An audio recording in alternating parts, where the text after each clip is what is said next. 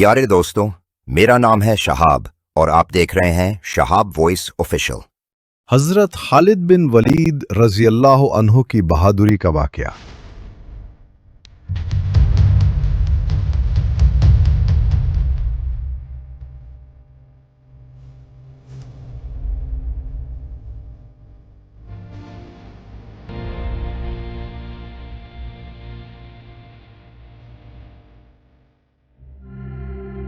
حضرت خالد بن ولید رضی اللہ عنہ مکہ کے ایک بہادر، ذہین اور جنگی ماہر شخص تھے۔ اسلام آنے سے پہلے وہ مسلمانوں کے سخت دشمن تھے۔ غزوہ احد میں انہی کی جنگی چال کی وجہ سے مسلمانوں کو وقتی نقصان پہنچا، لیکن ان کے دل میں سچائی کی چنگاری جلنے لگی تھی۔ بعد میں جب انہوں نے سوچا تو کہا، محمد صلی اللہ علیہ وسلم جیسے شخص کی مخالفت جہالت ہے، وہ جھوٹے نہیں ہو سکتے۔ چنانچہ وہ مدینہ گئے اور نبی صلی اللہ علیہ وسلم کے ہاتھ پر اسلام قبول کر لیا۔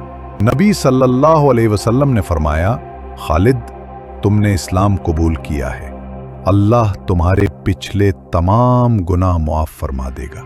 غزوہ موطا میں نبی صلی اللہ علیہ وسلم نے 3 سپہ سالار مقرر فرمائے تھے: حضرت زید بن حارثہ رضی اللہ عنہ، حضرت جعفر بن ابی طالب رضی اللہ عنہ، حضرت عبداللہ بن رواحہ رضی اللہ عنہ۔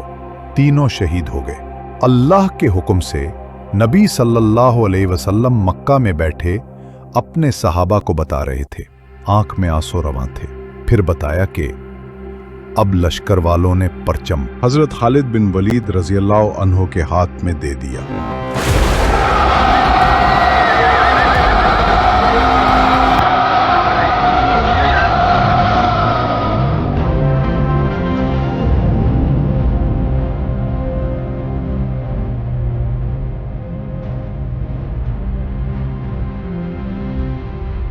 صرف 3000 مسلمان تھے، جبکہ دشمن 1 لاکھ سے زیادہ۔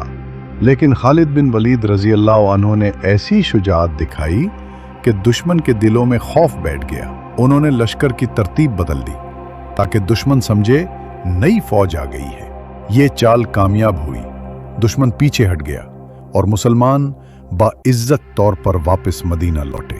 نبی صلی اللہ علیہ وسلم نے فرمایا، یہ وہ مرد ہے جس کے ہاتھ میں اللہ کی تلوار ہے۔ فتوحات کا سلسلہ رکا نہ تھا۔ کچھ عرصہ بعد ایک اور عظیم جنگ تھی، یرموک کی جنگ۔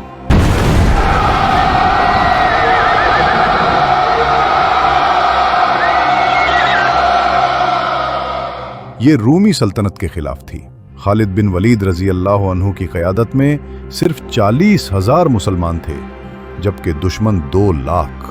خالد رضی اللہ عنہ نے اپنے پرچم پر قرآن کی آیت لکھی ہوئی تھی، نصر من اللہ والفتح قریب، اللہ کی طرف سے مدد اور قریب فتح۔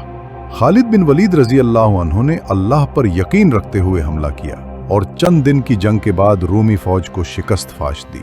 یہ جنگ اسلامی تاریخ کا فیصلہ کن موڑ بنی۔